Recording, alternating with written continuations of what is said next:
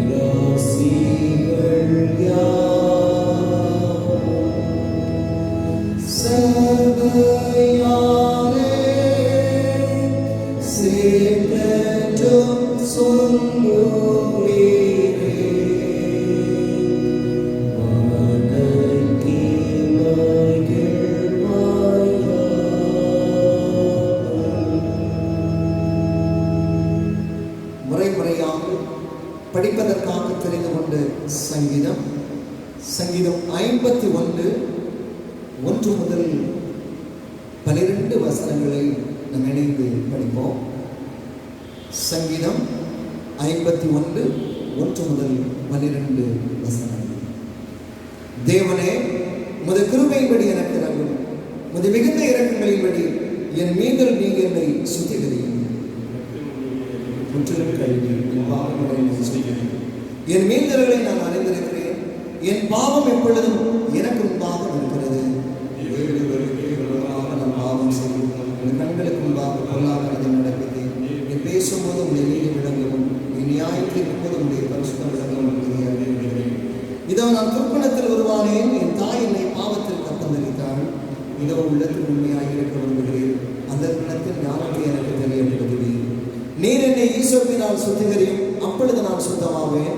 என்னை கழுவியரிடும், அப்பொழுது நான் உறைந்த மழையில் வெண்மையாவேன். நான் சந்தோஷம் மகிழ்ச்சியை கேட்கும்படி செய்யும், அப்பொழுது என் நோக்கில் இணைப்புகள் கிடைக்கும்.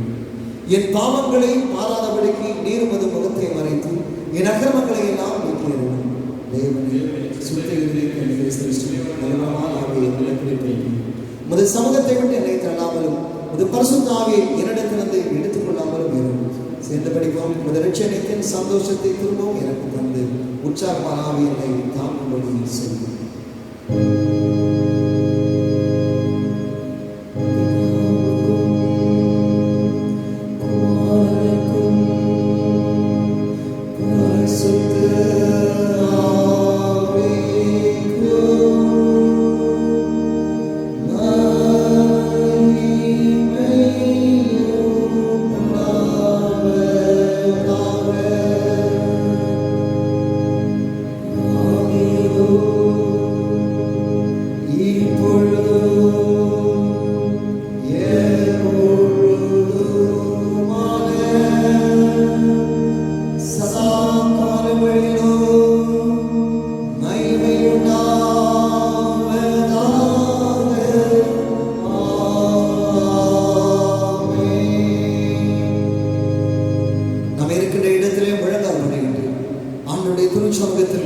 நம்முடைய பிள்ளைகளின் குற்றங்களை மனத்தாழ்மையோடு நாம் அறிக்கை செய்வோம். இந்த காலை வேளையிலே ஆண்டவருடைய தூய சமூகத்திற்கு நேராய் திரும்பி இருக்கிறதா? நம்மெல்லாம் குறைவுள்ளவர்கள் என்பதனை உணர்ந்து கொண்டவர்களாய் நம்முடைய பாவங்களை கடவுளுடைய முன்னர் அறிக்கை செய்ய நாம் அழைக்கப்பட்டிருக்கிறோம். வருத்தப்பட்டு பாரம் சுமக்கின்றவர்களே, நீங்கள் எல்லாரும் என்னிடத்தில் வாருங்கள், நான் உங்களுக்கு இளைப்பாற்றல் தருவேன் என்று சொல்லி வருந்தழைக்கும் ஆண்டவருடைய தூய சமூகத்திலே உண்மையான மனதோடு நம்முடைய பாவங்களை மனத்தாழ்மையாய் நாம் அறிக்கை செய்வோம். மனம் திரும்புங்கள், பரலோக ராஜ்யம் சமீபமாய் இருக்கிறது என்று சொல்லுகின்ற ஒரு குரல் ஒவ்வொரு நேரம் நம்முடைய காதுகளினுடைய ஒலித்துக் கொண்டிருக்கிறது அல்லவா? இந்த காலை வேளையில் அந்த குரலுக்கு செவி கொடுப்பானதால் ஆண்டவரே, உடைய தூய சமூகத்திற்கு நேராய் நான் திரும்பி வருகிறேன் என்று சொல்லுகிற தாழ்மையின் உணர்வோடு நம்முடைய பாவங்களை மனத்தாழ்மையாய் நாம் அறிக்கை செய்வோமா? இது ஆண்டவருக்கு நேராய் திரும்புகின்ற ஒரு நேரம். ஆண்டவருடைய கரங்களிலே நம்மை முழுமையாய் அர்ப்பணிக்கின்ற ஒரு உன்னதமான ஒரு நேரம் இது. தாழ்மையின் உணர்வோடு ஆண்டவரே, உடைய தூய சமூகத்திற்கு நேராய் நான் வருகிறேன் என்று சொல்லுகின்ற அர்ப்பணிப்பின் சிந்தையோடு நம்மை உணர்ந்து ஆண்டவருக்கு நேராய் திரும்பி வருவோமா? தன்னை உணர்ந்து அந்த இளைய குமாரன் வேண்டினது போல நான் எழுந்து என் தகப்பனிடத்திற்கு போய், தகப்பனே, பரத்துக்கு விரோதமாக உமக்கும் பாவம் செய்தேன், இனிமேல் உம்முடைய குமாரன் என்று சொல்லப்படுவதற்கு நான் பாத்திரம் அல்ல, உம்முடைய கூலிக்காரன் ஒருவனாக என்னை வைத்துக் கொள்ளும் என்பேன் என்று சொல்லி மன்றாடினானே. அந்த தாழ்மையின் உணர்வோடு, அந்த மனம் திரும்புதலின் உணர்வோடு ஆண்டவருடைய சமூகத்திற்கு நேராக நாம் திரும்பி வருவோமா? முழு மனதோடு ஆண்டவருடைய சமூகத்தில் நம்மை தாழ்த்தி அர்ப்பணிப்போமா? நான் பாவிதான், ஆனாலும் நீ மாசற்ற ரத்தம் சென்றேன், வா என்று என்னை கூப்பிட்டேன், என் மீட்பரே வந்தேன். நான் பாவிதான், என் நெஞ்சிலே கரை பிடித்திருக்கிறது. இந்த பாடலை இருக்கிற இடத்துல மனம் உணர்ந்து இந்த பாடலை நாம் இணைந்து பாடுவோமா?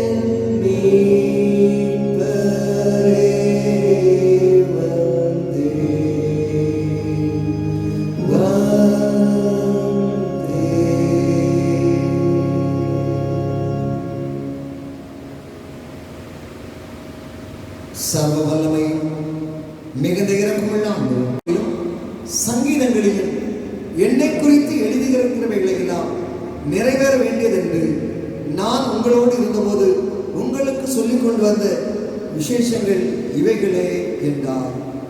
அப்பொழுது வேத வாக்கியங்களை அறிந்து கொள்ளும்படி அவருடைய மனதை அவர் திறந்து அவர்களை நோக்கி, எழுதியிருக்கிறபடி கிறிஸ்து பாடுபடவும் 3ஆம் நாளில் மரித்தோர்ந்து எழுந்திருக்கும் வேண்டியதாயிருக்கிறது. அன்றியும் மனம் திரும்புதலும் பாவ மன்னிப்பும் எருசலேம் தொடங்கி சகல தேசத்தாலும் அவருடைய நாமத்தினாலே பிரசங்கிக்கப்படவும் வேண்டியது. நீங்கள் இவைகளுக்கு சாட்சிகளாய் இருக்கிறீர்கள். என் பிதா வாக்குத்தத்தம் பண்ணினதை இதோ நான் உங்களுக்கு அனுப்புகிறேன்.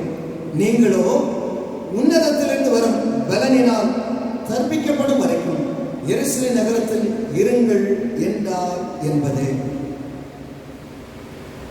என் பிதா வாக்குத்தத்தம் பண்ணினதை இதோ நான் உங்களுக்கு அனுப்புகிறேன். நீங்களோ உன்னதத்திலிருந்து வரும் பலனால் தற்பிக்கப்படும் வரையும் எருசலேம் நகரத்தில் இருங்கள் என்றார். அன்பானவர்களே, இனிமையான இந்த நாளில் காலை பொழுதில் நம் ஆண்டவருடைய வார்த்தைகளை சிந்திக்கும்படியாக, ஆண்டவருடைய வார்த்தைகளை உட்கொள்ளும்படியாக அவருடைய பரிசுத்த சமூகத்திலே நாம் கூடி வந்திருக்கிறோம். சிந்தனைக்காக தெரிந்து கொள்ளப்பட்ட வசனம் லூக்கா 24ஆம் அதிகாரம் 49ஆம் வசனத்தினுடைய இறுதி பகுதி. நீங்களோ உன்னதத்திலிருந்து வரும் பலனால் கற்பிக்கப்படும் வரையும் எருசலேம் நகரத்தில் இருங்கள் என்றார். உன்னதத்திலிருந்து வரும் பலனால், பலன் வரும் வரையிலும். அன்பானவர்களே, வீட்டிலிருந்த ஆண்டவர் சீடர்களுக்கு அவர் காட்சி கொடுக்கிறார். அவர் காட்சி கொடுத்த வேளையில் மட்டுமல்ல, அவர்களை தைரியப்படுத்துகிறார். அவர்களுக்கு என்ன செய்ய வேண்டியது இருக்கிறது, அவர்களுக்கு என்ன பொறுப்பு அவர்களுக்கு கொடுக்கப்பட இருக்கிறது, எதை அவர்கள் நிறைவேற்ற வேண்டும் என்பதனையும் இந்த பகுதியிலே ஆண்டவராகிய இயேசுநாதர் மிக தெளிவாக அவர்களுக்கு புரிய வைக்கின்றதை பார்க்கிறோம். அந்த வசனத்தில் அவர் அழகாக சொல்லுகிறார் பாருங்கள். 44வது வசனம், லூக்கா 24ஆம் அதிகாரம் 44வது வசனம் சொல்லுகிறார் பாருங்கள். அவர்களை நோக்கி, மோசேயின் நியாயப்பிரமாணத்திலும் தீர்க்கதரிசிகளின் ஆகமங்களிலும் சங்கீதங்களிலும் என்னை குறித்து எழுதியிருக்கிறவைகளெல்லாம் நிறைவேற வேண்டியதென்று நான் உங்களோடு இருந்த பொழுது உங்களுக்கு சொல்லிக் கொடுத்த விசேஷங்கள் இவைகளே.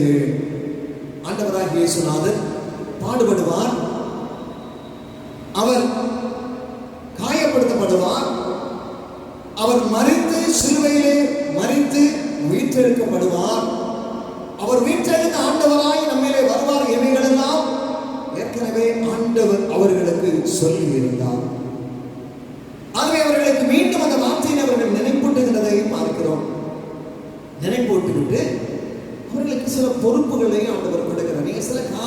நீங்கள் செய்ய வேண்டியது இருக்கிறது அப்படின்னு சொல்லி அவர் சொல்லுகிறார். அந்த பொறுப்பு என்னவென்று சொன்னால், மனம் திரும்புதல், பாவ மன்னிப்பு இவைகளை குறித்து நீங்கள் பிரசங்கிக்க வேண்டும். உங்களுக்கு வேலை இருக்கு. என்னுடைய பணியை நீங்கள் தொடர்ந்து செய்ய வேண்டும். மக்களுடைய மனம் திரும்புதல், மக்களுடைய பாவ மன்னிப்பு, மக்கள் பாவ மன்னிப்பை பெற வேண்டும் என்பதனை எல்லாம் நீங்கள் இவர்களுக்கு பிரசங்கிக்க வேண்டும். இவரை பிரசங்கிப்பதற்கு உங்களுக்கு ஒரு பலம் தேவைப்படுகிறது, ஒரு ஆற்றல் தேவைப்படுகிறது. அந்த ஆற்றல் உங்களுக்கு கிடைக்கும் வரையிலும் அந்த ஆற்றலை தருகிறவர் பரிசுத்த ஆவியானவர்.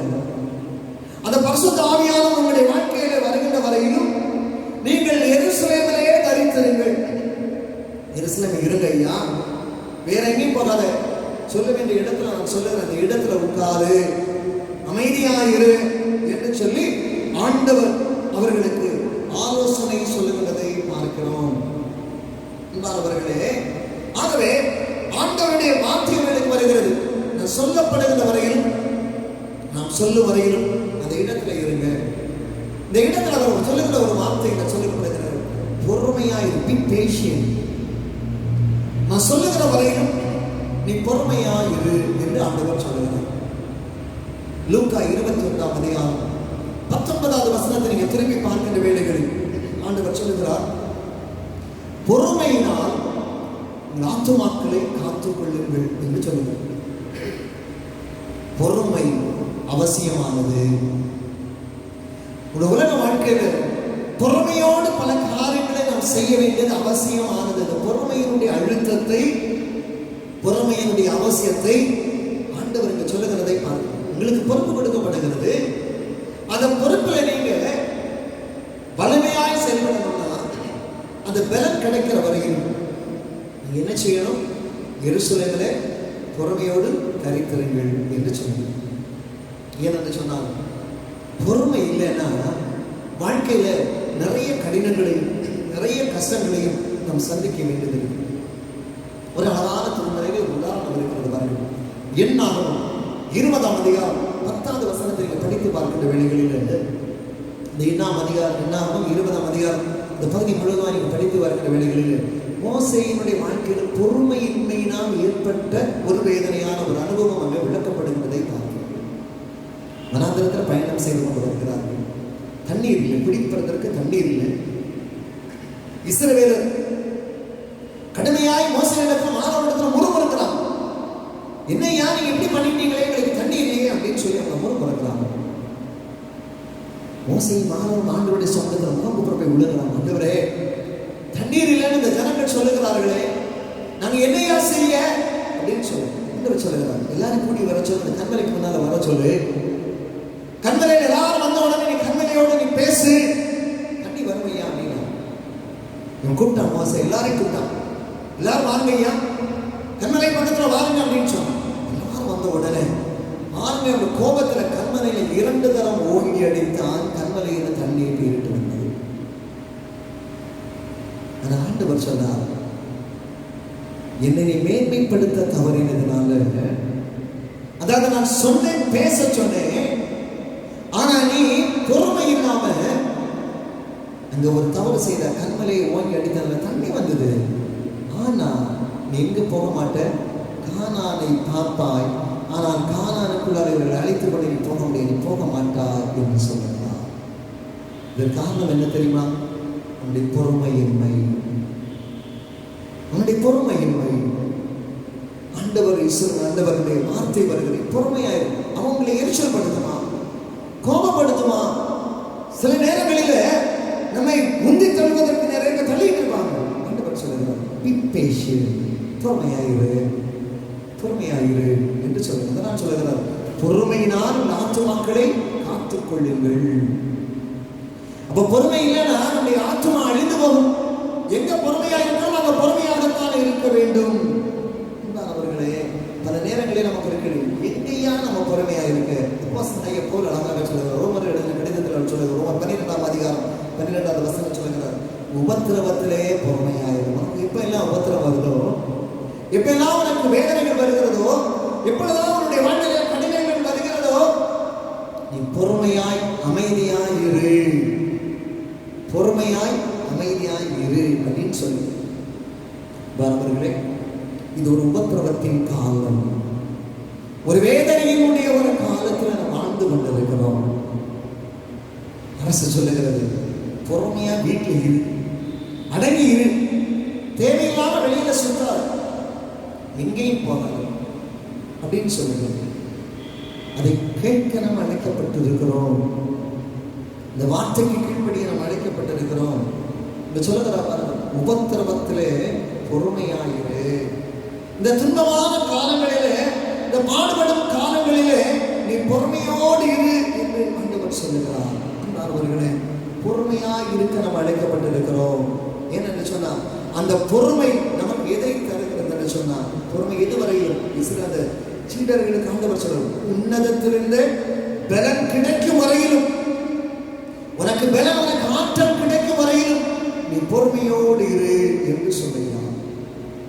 சங்கீதக்காரன் இதற்கு ஆழமான ஒரு வசனத்தை சொல்லுகிறான் பாருங்கள். 40ஆம் சங்கீதம் 1வது வசனத்தை நீங்க படித்து பார்க்கிறவர் சொல்லுகிறார் பாருங்கள், கர்த்தருக்கு பொறுமையுடன் காத்திருந்தேன், அவர் என்னிடமாய் சாய்ந்து என் கூப்பிடுதலை கேட்டார். கர்த்தருக்கு பொறுமையுடன் காத்திருந்தேன், ஆண்டவரிடத்தில் என்னுடைய வேதனைகளை, ஆண்டவரிடத்தில் என்னுடைய பாரங்களை சொல்லிட்டு அவர் கேட்கிற வரையில் நான் பொறுமையோடு காத்திருந்தேன். கடினமான நேரம், கடினமான சூழல்களிலே ஆண்டவருடைய சமூகத்திலே நான் பொறுமையோடு நான் காத்திருந்தேன்.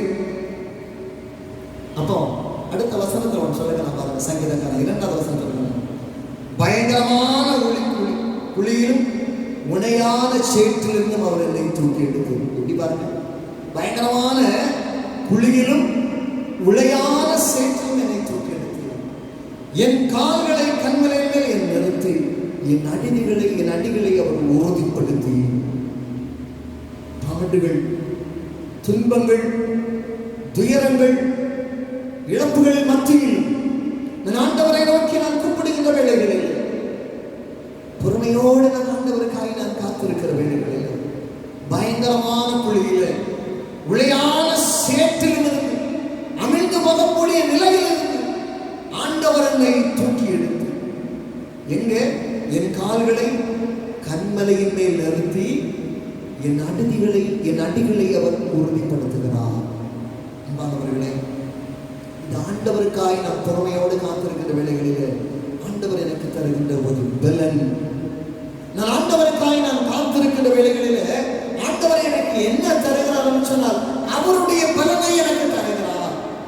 அதுதான் நம்ம கிறிஸ்தவ வாழ்வினுடைய ஒரு ரகசியம். அதுதான் ஆண்டவர் தன்னுடைய பலனை எனக்கு தருகிறார். உன்னதத்தில் இந்த பலன் கிடைக்கும் வரையில் நீ எருசலேமில் தரித்திரு, நீ அமைதியாயிரு, நீ ஆண்டவருடைய சமூகத்தில் பொறுமையோடு கூட இரு. இது ஒரு அழுத்தமான, ஒரு ஆழமான வார்த்தையாக வருகிறது. அந்த பலன் பெற்ற வேளைகளில், அந்த பலன் நமக்கு கிடைச்சாதான் நம்மளால சிறப்பாக நம்ம செயல்பட முடியும். இதற்கு ஆழமான ஒரு எக்ஸாம்பிள் வாசிக்க கேட்ட 1ஆம் திருமறை பகுதியாகிய ஏசாயா 40ஆம் அதிகாரம் 31ஆம் வசனம், கடைசி வசனத்தில் வருகிறது, கர்த்தருக்கு காத்திருக்கிறவர்களோ புதுபலன் அடைந்து கழுகளை போல செட்டைகளை அடித்து உயர எழும்புவார்கள். அப்போ ஒரு மனுஷன் கர்த்தருக்கு காத்திருக்கிற வேளைகளில் அவர் என்ன கொடுக்கிறாரோ, ஒரு நியூ ஸ்ட்ரென்த் அவனுக்கு கொடுக்கிறார். அதுக்கு அழகான ஒரு எக்ஸாம்பிள் சொல்லப்பட்டது கழுகு. ஒரு உயரம் பறக்கக்கூடிய ஒரு இனம், ஒரு பயங்கரமான ஒரு வலிமையான ஒரு இனம், வேட்டையாடும் திறன் கொண்ட ஒரு இனம் கழுகு இல்லையா? இப்போ அந்த கழுகு இனம் இன்றைக்கு அழிந்து கொண்டே வருகிறது. இந்த உலகத்தினுடைய சுத்திகரிக்கின்ற ஒரு பெரிய இனம் என்பது கழுகு என்று சொல்லப்பட்டது.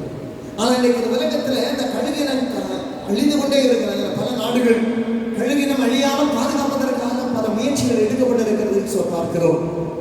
ஆகவே இந்த கழுகை குறித்து அங்கே சொல்லப்பட்டிருக்கிறதை பார்க்கிறோம். கழுகு ஏன்னு சொன்னா, அந்த கழுகனுடைய வாழ்க்கையை சில பாடங்களை நமக்கு கற்றுத் தருகிறது. பயங்கரமான உயரமான இடத்தில் இருந்து கீழே ஊருகின்ற சிறு தன்னுடைய இறையினை கவிப்பிடிக்கக்கூடிய அளவுக்கு அது பயங்கரமான ஒரு கூர் பார்வை உள்ளது, வேகத்திறன் உள்ளது, வேட்டையாடும் திறன் உள்ளது கழுகு. ஆனா அந்த கழுகனுடைய வாழ்க்கையும் சில பிரச்சனைகள் வரும். ஒரு காலகட்டம் வரையில் இது நல்ல தின்னு கொழுத்து போயிடும், கால்களில் நகங்கள் எல்லாம் வளர்ந்துடும், பயங்கரமா பயங்கரமா வெயிட் போட்டுரும். அதன் முன்னுடைய அலகுகள் எல்லாம் பயங்கரமா வளர்ந்துடும். அப்படி இருக்கிற வேலைகளில் அதனால தன்னால வேட்டையாட முடியாது, சரியாக வேட்டையாட முடியாது, பயங்கரமா பறக்க முடியாது, தனக்கு நிறைக்கிற இறைகளை கொத்தி பிடிக்க முடியாது. பல பிரச்சனைகள். அப்ப அது என்ன செய்யும் சொன்னா, ஒரு உயரமான ஒரு மறைவான பகுதிக்கு போய் அது தன்னை மறைத்து பொறுமையோடு காத்துக்கொள்ளும். பல நாட்கள் பல மாதங்கள் அப்படி இருக்கும். டெய்லி அப்படி கொஞ்ச நாள் இருக்கும். அப்படி இருக்கிற வேலைகளில் அது தன்னுடைய வாழ்க்கையில நிறைய காரியங்கள் அதை செய்கிறதை பார்க்கணும். நிறைய காரியம் என்ன செய்யணும், முதலாவது இதெல்லாம் தனக்கு தேவையில்லாம இருக்கோ, இதெல்லாம் அதிகபட்சமாக இருக்கு, அதெல்லாம் உடைச்சிடும். நீளமாய் வளர்ந்து கொண்டிருக்கிற நகங்களை அது தானாகவே உடைத்து போட்டு விடும், இரங்களை பிச்சிடும். அதே மாதிரி அதனுடைய அழகு கொத்தி தானாக பாறையை கொத்தி உடைச்சிடும். பாருங்க, எல்லாம் பிடிங்கி பிடிங்கி பிடிங்கி போட்டு இப்போ ஒண்ணுமே இல்லாம இருந்துட்டு அமைதியா அப்படி இருக்கும். சரியா சார், அதுக்கு சாப்பாடு என்னன்னா எப்போதுமே புது புது சாப்பாடை சாப்பிட்றது. அது பக்கத்தில் கிடைக்க சின்ன சின்ன புழுப்பு செய்யறது சாப்பிட்டு இருக்கலாம். ஆனால் அப்படியே அமைதியா இருக்கும். உடம்பு மெலிஞ்சிரும். உடைக்கப்பட்ட கால்கள் என்ன புதிய நகை வளரும். உடைக்கப்பட்ட அழகில் இருந்து புதிய அழகு வளர ஆரம்பிக்கும். சிறகுகள் முழங்க ஆரம்பிக்கும். வெயிட் லாஸ் ஆகும். எல்லாம் வந்து இப்போ அதற்கு ஒரு புதிய பலன் வந்து விடுகிறது. ஏற்கனவே பறக்க முடியாமல் பலனற்று இருந்தது, ஒரு புதிய பலனை அதை பெற்றுக்கொண்டு கொண்டு வீர் கொண்டு வெளியே வரும். அந்த இதைத்தான் அந்த உருவமாக சொல்லப்பட்டிருக்கிறது. கர்த்தருக்கு காத்திருக்கிறவர்களும் புது பலன் அடைந்து கலைகளைப் போல சட்டைகள் அடைந்து எழும்புவார்கள். ஒரு நியூ ஸ்ட்ரென்த் அவர்களுக்கு வந்து விடுகிறது. ஒரு புதிய பலனை அவர்கள் பெற்றுக் கொள்ளுகின்றார்கள். பொறுமையாய் அது இருந்தது. பொறுமையாய் தன்னை தனிமைப்படுத்தி அவருடைய சொந்தத்தில் காத்திருந்தது. தனிமையாய் இருந்தது. அது தன்னை தனிமைப்படுத்திக் கொண்டது. ஒரு புது பலனை பெற்றுக் கொண்டது. வேதம் சொல்லுகிறது, கர்த்தருக்கு காத்திருக்கிறவர்களோ. அன்பானவர்களே, இந்த காலை பொழுதிலே நம் ஒன்றை உணர்ந்து கொள்ள நாம் அழைக்கப்பட்டிருக்கிறோம். ஆண்டவர் சொல்லுகிறார், என் சமூகத்தில் பொறுமையோடு நீ காத்திரு, உனக்கு ஒரு புது பலனை நான் உனக்கு தருவேன், உனக்கு ஒரு புதிய ஒரு ஆற்றலை நான் உங்களுக்கு தருவேன் என்று சொல்லுகிறார். அன்பானவர்களே, உங்க சொல்லுங்க பாருங்க, மீண்டும் அந்த லூக்கா 24ஆம் அதிகாரம் 49வது வசனத்தை நான் மீண்டும் உங்களுக்கு நினைவுபடுத்துகிறேன். என் பிதா வாக்குத்தத்தம் பண்ணினது, இதோ நான் உங்களுக்கு அனுப்புகிறேன், நீங்களோ உன்னதத்திலிருந்து வரும் பலனால் தரிப்பிக்கப்படும் வரையிலும் எருசலேம் நகரத்திலே இருங்கள். ஆண்டவர் நமக்கு ஒரு புதிய பலனை நமக்கு தர இருக்கிறார். ஒரு புதிய ஆற்றலை ஆண்டவர் நமக்கு தர இருக்கிறார். அந்த ஆற்றலை நாம் பெற்றுக் கொள்வதற்காக ஆண்டவருடைய சமூகத்தில் தரித்திருக்க நாம் அழைக்கப்பட்டிருக்கிறோம். அந்த ஆற்றலை பெற்றுக் கொள்வதற்காக ஆண்டவருடைய சமூகத்தில் காத்திருக்க நாம் அழைக்கப்பட்டிருக்கிறோம். அந்த நேரத்தில் ஒன்றை நாம் உணர்ந்து கொள்ள வேண்டும். தேவையில்லாத சில காரியங்களை, தேவையில்லாத சிந்தனைகளை, நமக்கு இதையெல்லாம் ஆண்டவருக்கு பிரியமாக இல்லாமல் இருக்கிறதோ, நம்முடைய வாழ்க்கையில் இருக்கிறதோ, அவை எல்லாவற்றையும் நாம் கலைந்து கொள்ள வேண்டும், உதறிவிட வேண்டும், பிடுங்கி தூரப்படணும். எது எனக்கு பிரச்சனையாக இருக்கிறதோ, எது என்னுடைய ஆண்டவரோடு கூட நான் உறவாடுவதற்கு என்னுடைய வாழ்க்கையில் கடினமாக இருக்கிறதோ, அதை தூக்கி பிடுங்கி போட்டணும். போட்டுட்டு அமைதியாய் அவருடைய சமூகத்தில் காத்திருங்க. இந்த வசனத்துல ஆண்டவர் சொல்லுகிறோம், லூக்கா 21:19 சொல்லுங்க, பொறுமையினால் ஆத்துமாக்களை காத்துக்கொள்ளுங்க. பொறுமையினால் நம்முடைய ஆத்துமாக்களை காத்துக்கொள்ள வேண்டும். அன்பானவர்களே, இதற்கு வேளையில் பொறுமையோடு நம் ஆண்டவருடைய சமூகத்தை காத்திருக்கும். ஆண்டவரே, உம்முடைய பலனை, உம்முடைய ஆற்றலை நான் பெற்றுக்கொள்வேன்.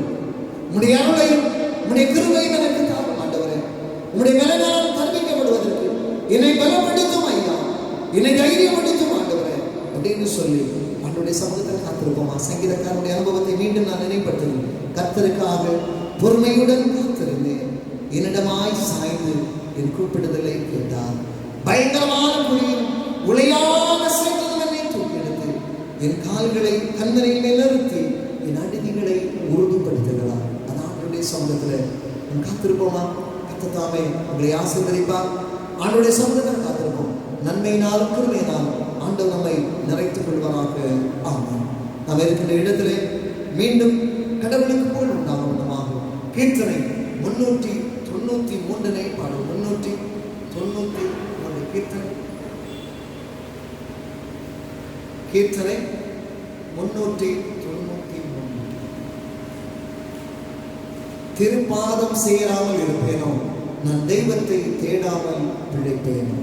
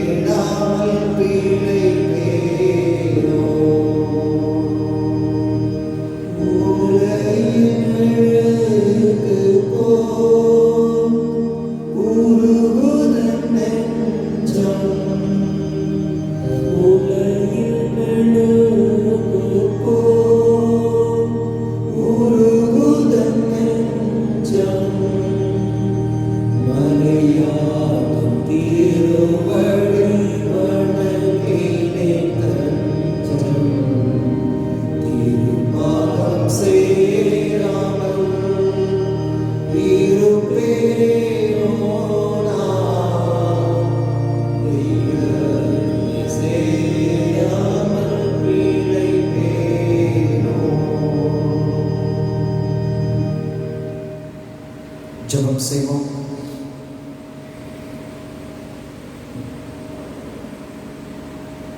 இந்த வேளையில் ஆண்டவருடைய தூய சமூகத்திற்கு நேராக ஜெபிக்கும்படியாய் கடந்து வந்திருக்கிறதா ஆண்டவருடைய வார்த்தைகளை மீண்டும் நினைவில் கொள்ள நாம் அழைக்கப்பட்டிருக்கிறோம். உன்னதத்தில் இருக்கிற பலன் உங்களுக்கு கிடைக்கும் வரையில் நீங்கள் எருசலேமிலே தரித்திருங்கள். ஆண்டவருடைய ஆற்றல் உங்களுக்கு வரும் வரையில் நீ பொறுமையோடு காத்திருக்க. பொறுமையினால் ஆத்துமாக்களை காத்துக்கொள்ளுங்கள். பொறுமையின்மை பல்வேறு பிரச்சனைகளை, பல்வேறு கடினங்களை நம்முடைய வாழ்க்கையில கொண்டு வரும். ஆண்டவர் சொல்லுகிறார், பொறுமையோடு இருப்பான். கர்த்தருக்காய் பொறுமையுடன் காத்திருந்தேன், அவர் என்னிடமாய் சாய்ந்து விண்ணப்பத்தின் சத்தத்தை கேட்டார். ஐயா, உச்ச வேளையில் ஆண்டவரே, உபத்திரவ காலங்களிலே, இந்த பாடுகள் நிறைந்த அந்த நாட்களிலே பொறுமையோடு உடைய சமூகத்தில் காத்திருக்க உங்களுடைய பலனை, உங்களுடைய ஆற்றலை எனக்கு தாரும் ஆண்டவரே என்று சொல்லி ஆண்டவரிடத்தில் கேட்போமா? அந்த ஆற்றல் நம்முடைய வாழ்விலே வருகின்ற வேளைகளில், ஆண்டவர் நமக்கு பலனை தருகின்ற வேளைகளில், வேத வசனம் சொல்ல கழுகுகளை போல செட்டைகளை அடித்து உயர எழும்பும் ஒரு புதிய பலன். ஆண்டவர் நமக்கு ஒரு புது பலனை, ஒரு புது ஆற்றலை நமக்கு தருகிறார். அந்த ஆற்றலை பெற்றுக்கொள்ள ஆண்டவருடைய கரங்களை நம்மை அர்ப்பணிப்போமா? எங்கள் அன்பின் நல்ல ஆண்டவரே, இனிமையான இந்த ஜெப வேளைக்காக நன்றியுள்ள இருதயத்தோடு நாங்கள் நம்மை போற்றுகிறோம். பக்தன் பாடின இந்த ஜெப வேளை வாஞ்சிப்பேன் ஐயா. ஐயா, நாங்கள் உம்மை வாஞ்சிக்கிறேன், உம்மை தேடுகின்ற ஒரு உன்னதமான ஒரு ஜெப நேரம். எங்களை தாழ்த்தி உங்களுடைய சமூகத்தில் எங்களை அர்ப்பணிக்கிறேன். நீர் எங்களுடைய வேண்டுதல்களை கேட்கிற செவிமடுக்கின்ற ஒரு நேரம் இது. இந்த ஜெப வேளையில் எங்களுடைய தேசத்திற்காக நாங்கள் பாரத்தோடு நாங்கள் கடந்து வருகிறோம்.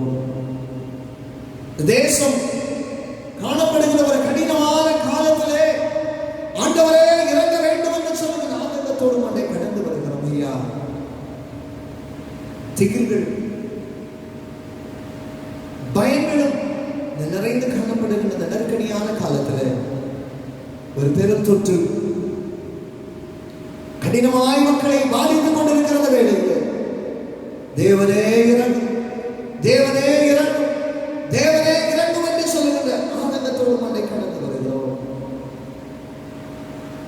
இந்த தொற்றுக்காக எதற்காக எடுக்கப்படுகின்ற முயற்சிகளை, அரசனுடைய முயற்சிகளை கர்த்தர் வாக்கிய பண்ணுவீராக. அழிவிலிருந்து மக்களையே ஆண்டவர் பாதுகாத்துக் கொள்ளுங்க. தேசத்தின் சேமத்திற்காக நாங்கள் செபிக்கிறோம். குறிப்பாக எங்களுடைய முதலமைச்சருக்காக, உடன் அமைச்சர்களுக்காக, எங்களுடைய பாரத பிரதமருக்காக, எல்லாருக்காக நாங்கள் செபிக்கிறோம். அந்த பிறகு இதற்காக எடுக்கிற அரசு எடுக்கிற எல்லா முயற்சிகளையும் தேவனுடைய பலன் ஆற்றலும் நிறைவாக வெளிப்பட கர்த்தர் உதவி செய்கிறார். ஆண்டவரே, எங்களுடைய பேராயிருக்காக, அனைத்து ஊழியக்காரர்களுக்காக நாங்கள் செபிக்கிறோம். ஆண்டவரே, இந்த கடினமான காலங்களில் உடைய பிள்ளைகளை ஆண்டவர் பாதுகாத்துக் கொள்ளுங்க. உங்களுடைய ஆற்றலை உடைய பிள்ளைகளுக்கு ஆண்டவர் தருவீர். உடைய பாதுகாப்பை உடைய பிள்ளைகளுக்கு ஆண்டவர் உறுதிப்படுத்த வேண்டும் என்று நாங்கள் செபிக்கிறோம்.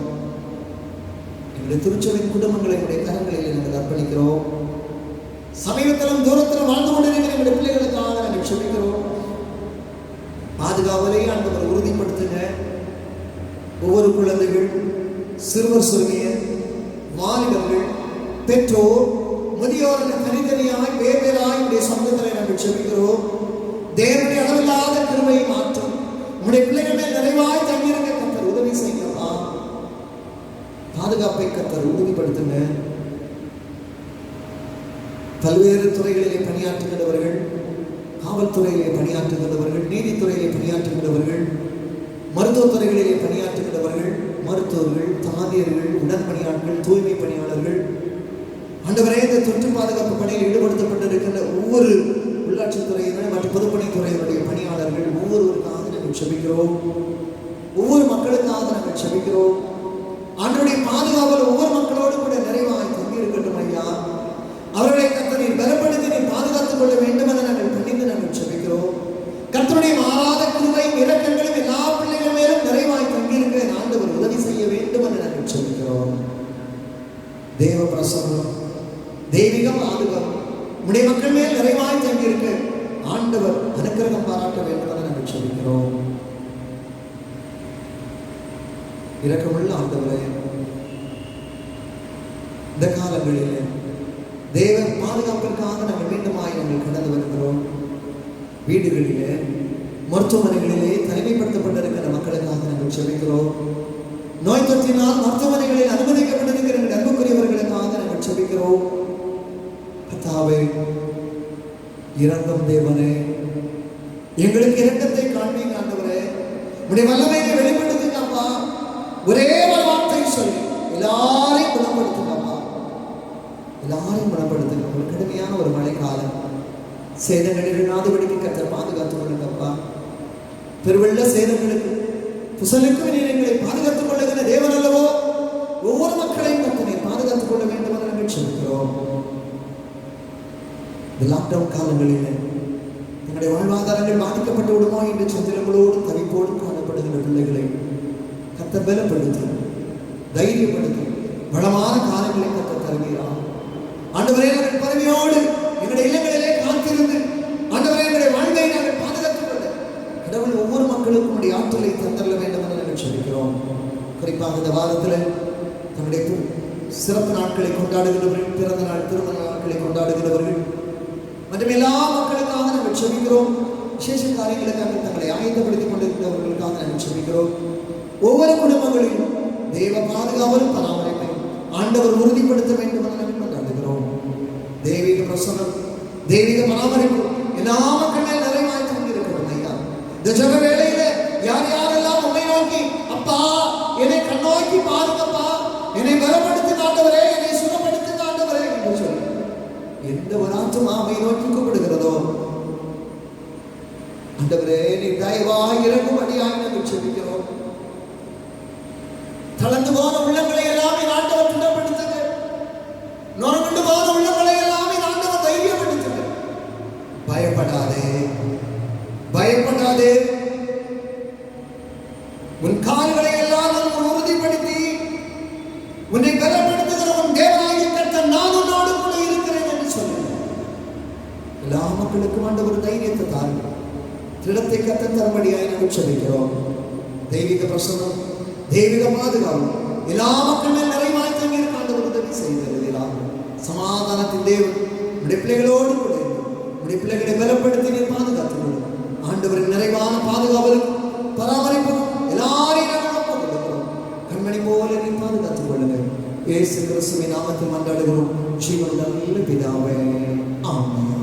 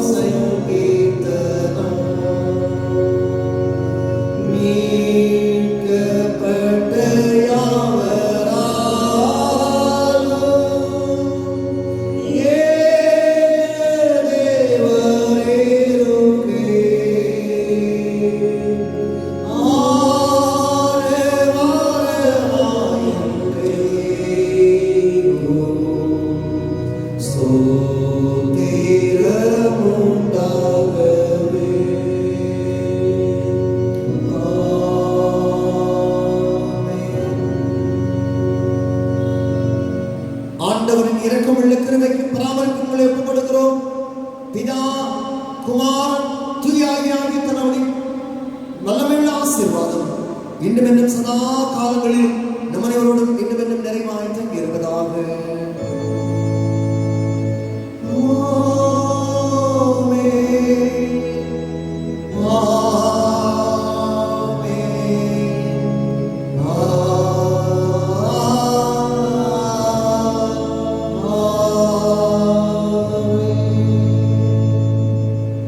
அமைதியாயிருங்கள், பாதுகாப்போடு இருங்கள். ஆண்டவருடைய ஆசீர்வாதம்